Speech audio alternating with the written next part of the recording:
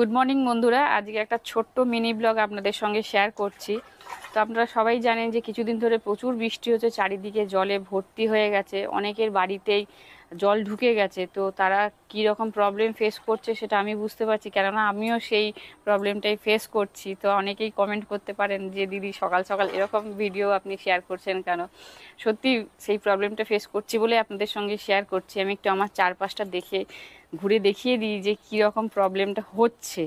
আর প্রায় ভোর 4টের সময় আমার বাড়িতে রোজি যেহেতু আছে, আপনারা জানেন সেন্ট বার্নার, তো আমাদেরকে হঠাৎ করে ডাকছে। আমি ভেবেছি হয়তো টয়লেট পেয়েছে। তো দেখি যে আমার ঘর দালান পুরো সমান হয়ে গেছে, মানে এতটাই জলে ভরে গেছে। আমি একটু চারপাশটা ঘুরে দেখিয়ে দিচ্ছি। দেখতেই পাচ্ছেন চারিদিকে পুরো ভেসে গেছে। সকাল থেকে রান্না খাওয়া কিছুই হয়নি, শুধু রোজিকে আর রোজির মেয়েকে আমি খাওয়াতে পেরেছি। এই জলের মধ্যে কি করব না করব আমি কিচ্ছু বুঝতে পারছি না। রান্না বান্না করবো কি করে সেটাই বুঝতে পারছি, কেন জলের মধ্যে দাঁড়িয়ে রান্না করাটা সত্যি প্রচুর ক্রিটিক্যাল অবস্থা। এই যে দেখছেন মোটামুটি 1 হাঁটুর কাছাকাছি জল হয়েই গেছে। আর এইদিকে তো আরও যত এগোচ্ছি আরও বেশি জল বাড়ছে। দোকান পর্যন্ত আমরা যেতে মানে খুবই ভয় পাচ্ছি, কেননা জানি না জলের তলায় কি আছে না আছে। আর এই সময় তো আপনারা সবাই জানেন চারিদিকে ডুবে যাওয়া মাত্রই অনেক বিষাক্ত সাপও বেরোয়। আর আমাদের এই পাশটা আমি একটু দেখিয়ে দিই, চারিদিকে যেহেতু গাছপালা একটু ভর্তি, আমাদের বাড়ির সাইডটা একটু গাছপালা বেশি, তো এই সমস্ত জায়গায় বিষাক্ত সাপও থাকে। কেন কিছু করার নেই, আমরা এরকমভাবেই থাকি। আর আমি একটু নিরিবিলি পরিবেশ পছন্দ করি, তো সেই জন্যই আমি এখানেই থাকি। তো অনেকেই বলতে পারেন দিদি আপনার চারপাশটা এই প্রথম দেখাচ্ছেন। হ্যাঁ, না কোনোদিনও আমি এরকম ছোট মিনি ব্লগ বানাইনি, কেন আর আমি এই প্রবলেমটা ফেস করছি। আর আমি চারিদিকে দেখছি, যা খবরাখবর নিউজ চ্যানেলে দেখছি যে চারিদিকে বৃষ্টিতে চারিদিকে ভর্তি হয়ে গেছে, বন্যা হয়ে গেছে। তো সেই সমস্ত মানুষদের যে কি প্রবলেম হতে পারে, আমি যেহেতু আজকে প্রথম এই প্রবলেমটা ফেস করছি, সেই জন্যই আমি এই মিনি ব্লগটা আপনাদের উদ্দেশ্যেই শেয়ার করছি। তো আমি দেখতেই পাচ্ছেন আপনারা জলের মধ্যেই হাঁটতে হাঁটতে আপনাদেরকে দেখাচ্ছি যে আমার চারপাশটা কতটা জলে ভর্তি।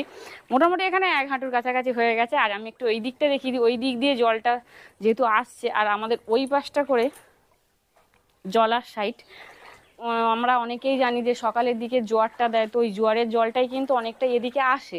আবার বেলার দিকে যখন ভাটা থাকে, তো ভাটার টানে একটু জলটা নেমে যায়, আবার কিন্তু জলটা বাড়ে বিকালের দিকে। তো ভোর 4টে থেকে এই পরিস্থিতি। আপাতত আমার চারপাশটা কি অবস্থা আর কি পরিস্থিতিতে আমি আছি আপনাদের সঙ্গে শেয়ার করলাম। তো এরপরে আমি জানাবো কতটা জল কমলো, কতটা জল বাড়লো। আমি আপাতত একটা রুমেই থাকি, এই হচ্ছে আমার ঘর। আর এটা আশেপাশে আমাদের কাকা কাকিমাদের ঘর। আর আমাদের বাড়িটা হচ্ছে একটু জলার সাইড, তো সেই জন্যই একটু জলে ভর্তি হয়ে যায়। মানে অনেক দিনই আমি এখানে আছি, কিন্তু এই প্রথমবার এত বৃষ্টিতে এত জল জমে যাচ্ছে, মানে ভাবতে পারিনি যে এই দিকে এতটা জল জমতে পারে। জল জমতো কম, কিন্তু এইবারে যেন প্রচণ্ড পরিমাণে জল জমছে। আমাদের এই উঠোনটা যে আমি দেখিয়ে দিচ্ছি, এই উঠোনটায় জল জমেছে, কিন্তু বাড়িতে কখনো জল ঢোকেনি। কিন্তু এই প্রথমবার এত জল ঢুকেছে, মানে আমার ঘরে জল ঢুকে গেছে। এবারে ঘরে জল ঢোকা মানে বুঝতেই পারছেন, ঘর দালান পুরো সমান হয়ে গেলে আমি কোথায় রান্না বান্না করব। তো জানি না আজকে রান্না খাওয়া হবে কি না, ব্যাস আর কিছুই নেই। আমার চিন্তায় পড়ে গেছি কি করব না করব। আমার এই আসলে হচ্ছে কি, আমার এই দুটো পুচকেকে নিয়ে, ওদের জন্য তো আমাকে রান্না করতে হয়। আর আমি দেখিয়ে দিই, টালির চালে ধরুন আমাদের ওই কালু উঠে গেছে। আয় আয়, ওরাও দেখুন ভয় পাচ্ছে যে আমি কোথায় থাকবো, কত উঁচুতে উঠেছে দেখুন, ওই দিক দিয়ে উঠেছে ও টালির চাল বেয়ে। ওটাও হচ্ছে ও আমাদের একটা সদস্য, খুব ছোট্ট বয়সে ওকে আমরা ওই বাড়ির পেছন দিকেও হয়েছিল, ওর মা ওকে দেখেনি, আমার হাজবেন্ডই ওকে হাতে তুলে ওকে মানুষ করেছে বা বড় করেছে বলতে পারেন।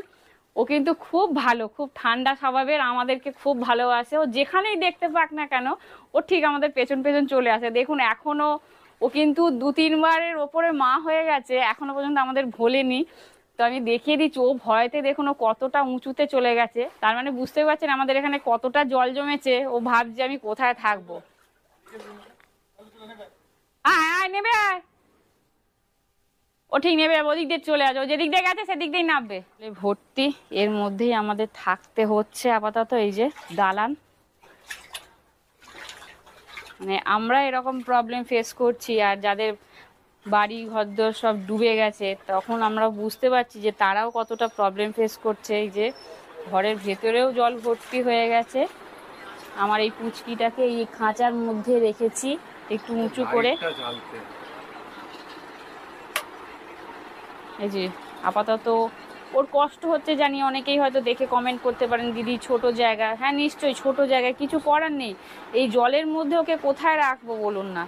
আর যেহেতু রোজই বড় হয়েছে, ও ঠান্ডা বলে শান্ত স্বভাবের, সেজন্য আমি ওকে বিছানায় রেখে দিয়েছি। সেই ভোর 4টে থেকেও আমাদের কাছে এই বিছানার মধ্যেই আছে।